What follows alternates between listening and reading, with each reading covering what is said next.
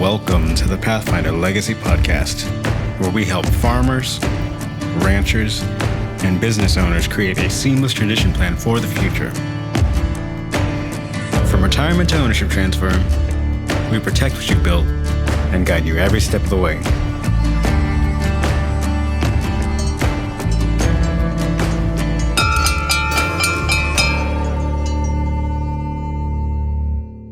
You ever heard someone say, well, I had to come back. It's the family farm. And you can feel it in their voice, like it was a dream. It was a duty. Today, we're talking about obligation, the kind that looks like loyalty on the outside, but feels like guilt, pressure, control, and resentment on the inside. Because if the next generation plan is built on obligation, it will eventually cost you something.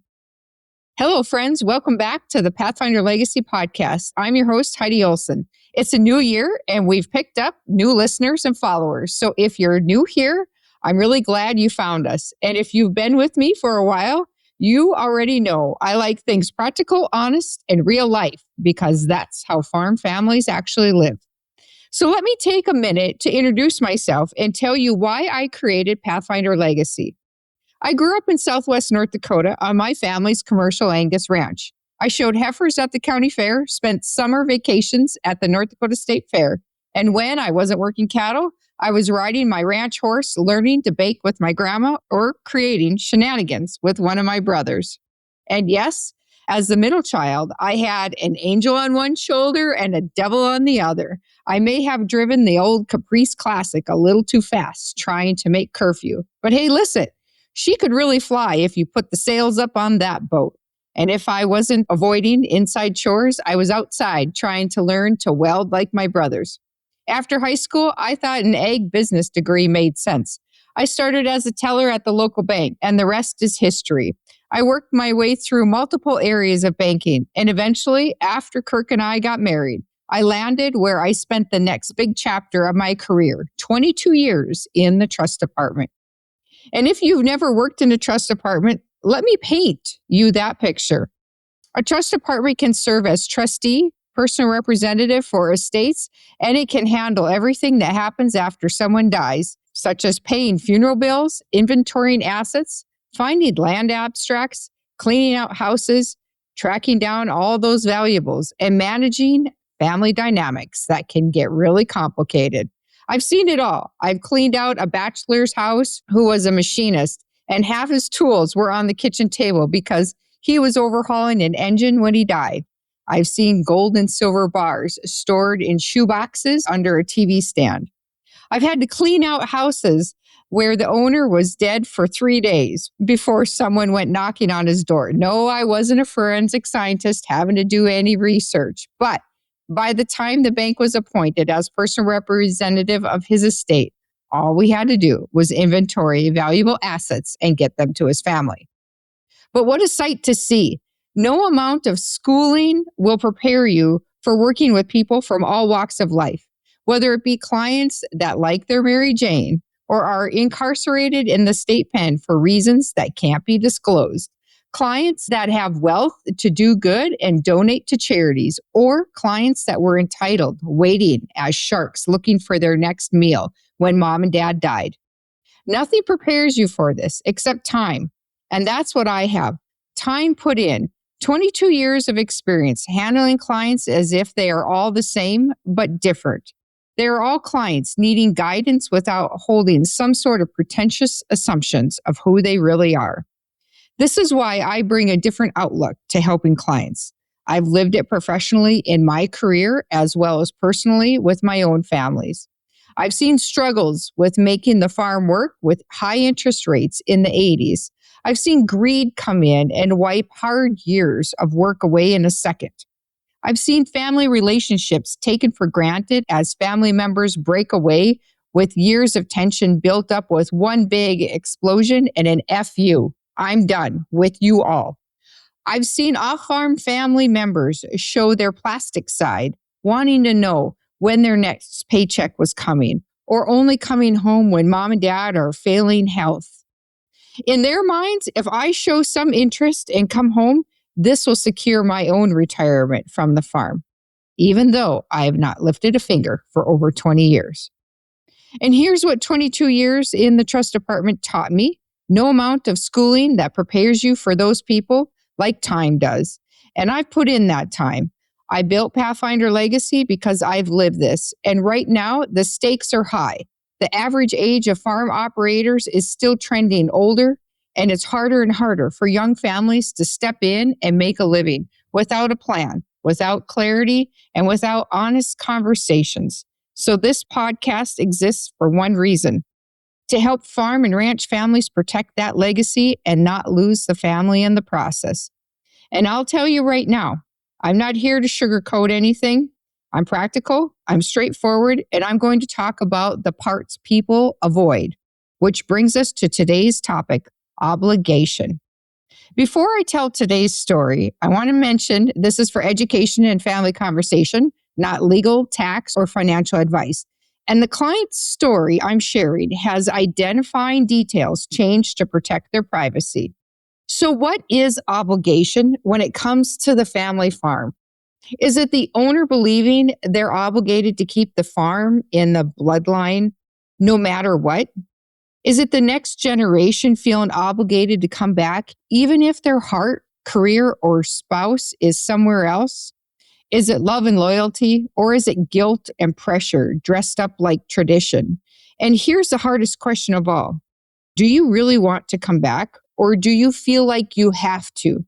Because those are two very different foundations to build a life on. Recently, I met with a client. I'll call him Dave. Dave had built an off-farm career for about 8 years. Then one day, his dad, I'll call him Bill, called and asked him to come home and farm. And Dave didn't ask many questions. Of course, he said yes. No hesitation, no negotiation, no, what does this mean? Because in his mind, this is what families do, right? When the farm calls, you take off and go. But here's what Dave told me later, what he wishes he would have asked before he came home. Hey, Dad, how long are you planning to farm? What will my role be? Will I be an employee, a partner, a manager, or a successor? When you step back, will I be renting the land? Can I buy it? Or are we transitioning ownership? What about the cash rent leases you currently have? Will I be able to take those over with your landlords? Or are you keeping those relationships? Is land ever going to be sold to me, or am I building a business on borrowed ground? And here's a key detail. There was an older brother at home, but Bill felt he couldn't or wouldn't handle the responsibility of running the operation. So that's where Dave felt two things at once. This was an opportunity and an obligation. The first decade, Dave came back. He got himself established, and for a while, things went pretty well. He started cash renting his own acres, he bought equipment, and he made improvements to the operation. Now, Dave has a business mind, so he started running the farm, of course, like a business. He shifted processes to be more efficient, like changing spring fertilizer application to a one-pass system to save fuel and time. He focused on soil testing, crop rotations, yield outcomes, because, well, that's what you do when you're trying to build something sustainable. And for a while, his dad, Bill, just watched from what Dave called his throne, which was the driver's seat of the pickup, seeing, well, what is that kid doing? Is he doing a good job? What does he think he's up to? So what happened next? Started the boiling frog decade. More responsibility got piled on Dave, but not more authority, not more partnership, and not more respect, just more of a workload.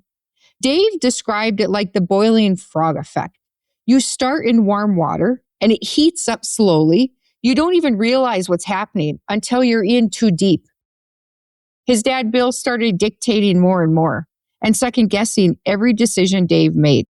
Marketing. Are you really selling that grain at the right time? Are you really sure you should be doing that? Upgrading equipment. Why are you upgrading equipment? I was able to do it with that equipment that I had. Do you need to make changes? What is next season plan? Why are you changing that? And why are you changing what the inputs are that we've always done? Dave could explain his reasoning until he was blue in the face, and Bill still pushed back every single time. And eventually, Dave realized something that changed everything. Bill never ran the farm by the numbers. Dave said his mom handled the books, and Bill operated a lot on habits from prior generations from his grandparents and control. Bill would say things like, "Son, I don't know if you're making a good decision. Son, I don't know how you're doing it. Your mom and I could never live like this." And Dave didn't hear concern. He heard more dismissal and honestly, a lot of jealousy. As parents, don't we want our kids to do better than us, to learn from our mistakes and to grow? Well, Dave was growing. He bought land. He expanded the operation. He updated equipment over time without overextending. He negotiated his inputs and managed cash flow and kept the business moving. And then Dave said something that stopped me in my tracks. He would pay the bills throughout the year and settle up with his dad at year end. So this is meaning Dave was carrying the operation and in a lot of ways subsidizing his dad's farming. He really saw the picture here. His dad was not operating by the numbers. He also hauled his dad's grain to market with his own truck. Now, Bill would pay fuel. He never offered to pay repairs, not mileage, not labor. And this went on for years. Now, let's talk about the living situation, because this is where obligation turned into a trap. Dave and his family lived in a house in the main farmyard, right where all the buildings and equipment were. The house had been empty for over 10 years, Dave mentioned. And when they moved in, it needed a lot of work, a lot of TLC. The sewer system was failing, the drain field didn't drain, and the basement backed up every time there was a lot of water flow going through the sewer system. Eventually, he had it scoped and found that the pipes were crushed. So he jackhammered the basement floor, replaced pipe and the sewer system. The house was poorly insulated, wiring wasn't up to code, and there were bat remnants in the attic. So Dave spent the next 15 winters tearing it down and rebuilding it. He tore everything down to the concrete and to the studs while raising a family and running a farming operation. I asked him, "Why didn't you build someplace else or move off the main yard?" His answer, "We couldn't afford to. Dad kept us crippled enough that we couldn't move." And then he told me something else about privacy. His dad, Bill, was one of those that was a knock and walk, knock once and then walk right in. Dave said there were times his dad almost walked in on his wife or kids coming out of the bathroom. But Bill didn't care. He had no boundaries. He had no respect or no regard or no sense that this was Dave's home. Dave wanted to buy land. He wanted to know what the plan was so he could plan for himself. But Bill refused to sell. Dave said Bill believed if he sold the farmyard or any land, he'd lose control. His line was, "I'm going to farm until I'm 80. But when Bill turned 80, he still wasn't willing to sell. And instead, he wanted to rent it to Dave until he died. And at that point, Dave was done being a puppet. Dave told his dad, "If the price per acre is the same whether I rent or buy, then I'm not renting this forever. The only option is a contract for deed with the terms laid out." And here's the question Dave asked himself later. One I want you all to sit with. So think about this. Dad has farmed the land until he was 80. And he actually said before, "I haven't owned the land long enough, so I want to own it until I die." Well, the only way for Dave to purchase it was through a contract for deed. But was that contract really for Dave to own the land? Or was it just another way for Bill to keep control until he died? As we kept talking, another layer surfaced. One Dave couldn't quite prove, but he suspected that he was brought back not just to farm, but to carry the family farm, and especially to compensate for his older brother who was very irresponsible. Now, he didn't have any handicap issues, but was just irresponsible and made bad life choices. And Dave said he was the one out of all the siblings that was on speed dial for everything. He fixed things, he did projects, and he did remodeling. While Dave was rebuilding and remodeling his own house over the past 15 winters, his parents also decided to remodel theirs too. And guess who did it? Dave. He replaced kitchen cabinets, he replaced windows, patio doors, garage door openers, you name it.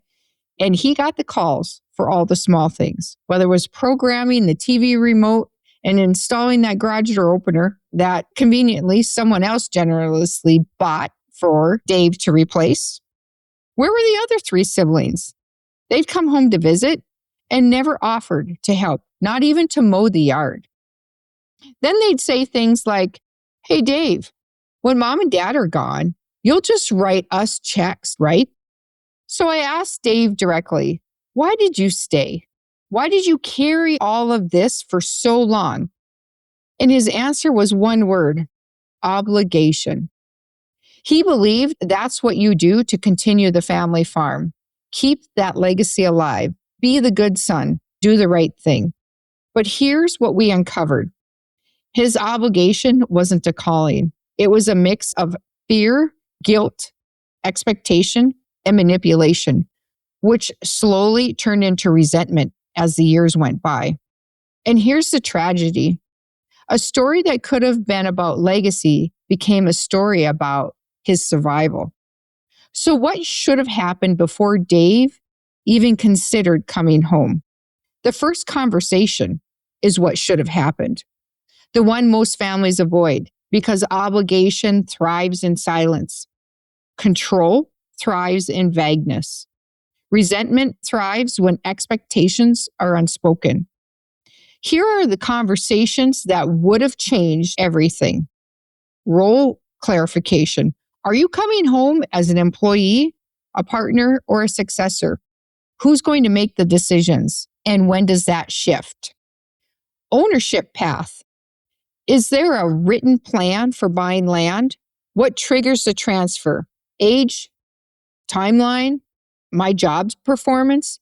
Your health? When you've planned to retire? How about housing and boundaries?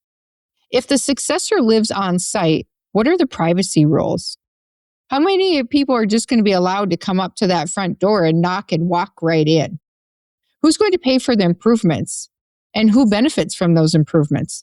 If I'm paying for improvements on that house, am I also going to be expected to pay for that house in the end when my improvements have been more than what the value of the house actually is?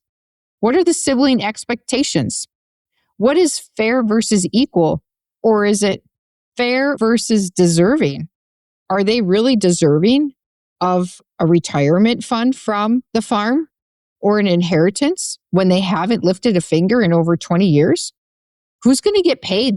What fund are they getting paid from? And who gets the land? And who gets what and why? Many of these questions on expectations need to be answered. What's the retirement plan? What does retirement actually look like? Where are the parents going to live? How much income will they need? And how much control will they want to keep? And what control must they release to be able to keep that farm operating to its highest potential? And listen to this key point. If your succession plan depends on one person just being willing out of obligation, you don't have a plan. You have a pressure cooker that is going to blow. If you're listening today and this is hitting close to home, ask yourself, am I staying because I want this or because I feel trapped? What have I agreed to that was never clearly defined? What am I sacrificing? And is anyone acknowledging it? If I keep going like this for 5 more years, what will it cost my marriage, my kids, my health, and my joy? And if you're the parent listening, am I building a legacy or building dependence? Have I offered clarification or just kept control? Do I want a successor or do I want a helper so I can sit back on the throne and watch them do all the work? All right, friends, this was a heavy one today, but it's real and it's something we definitely needed to talk about. And if we're going to protect family farms, we need to tell the truth about what breaks them. Obligation can look like loyalty, but if it's built on guilt, vagueness, and control, it will eventually create a lot of resentment. And that resentment will burn down relationships faster than any bad market year ever could. If this episode brought something up for you, don't ignore it. Start small. Start with one conversation, one boundary, one question you've been afraid to ask. And if you need help navigating that first conversation, the roles, expectations, retirement timelines, sibling fairness, making those decisions, I do this work with families every week. You don't have to white knuckle it alone. Make sure you're subscribed to Pathfinder Legacy Podcast and connect with me at pathfinderlegacy.com. And if you know a farm family living this exact story, share this episode with them. Sometimes hearing it's not just you is the first step to changing it. And at the end of the day, legacy isn't just land, it's relationships. Until next time, I'll see you between the ditches. Thanks for listening to the Pathfinder Legacy Podcast, where your future is our focus. Be sure to subscribe, follow us on social media, and visit us at pathfinderlegacy.com to start building your transition plan today.